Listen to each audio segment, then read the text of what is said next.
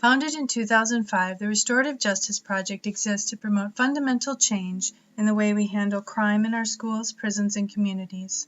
Our response to crime and wrongdoing seeks renewal and safety for the community, support and healing for victims, and accountability and reintegration for the offender. We believe that justice can be restorative rather than punitive, and we envision a system that holds a young person accountable while keeping them connected to their families and communities, not isolated and separated. Our work is keeping kids out of the juvenile justice system, as well as helping formerly incarcerated individuals successfully reintegrate into their communities, giving those harmed by crime and wrongdoing an opportunity to participate in restorative practices. A criminal sentence can be handed down, but until feelings, fears, and needs of victims, families, and communities are given voice and addressed, a crime remains unsolved in our hearts and minds. We can't undo it, but through restorative justice we can take steps to repair the harm and create better options for everyone involved, especially young offenders with a lifetime of potential ahead of them. What's innovative about our solution? We're on the front lines in our schools and communities, promoting a new paradigm for justice in Maine, a more workable option for a beleaguered system. National Academies reports that the United States prison population has risen 700%, rendering the U.S. the world's leading jailer of its own citizens. But it doesn't have to be that way. Consensus is growing across the political spectrum for change in our criminal justice system.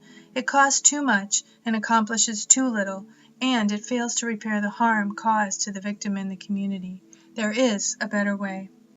Since 2005, RJP has trained more than 1,800 teachers, staff, and administrators in restorative practices, reaching more than 10,000 students in over 200 schools. All total, we have that more than 17,000 people, students, offenders, and community members, have participated in a restorative program. We measure the impact of our work with high numbers of RJP participants reporting that they feel justice has been achieved and their needs met during the community conferencing process. And while our numbers are impressive, the real value lies in people living in safe communities, knowing their needs will be met and justice served.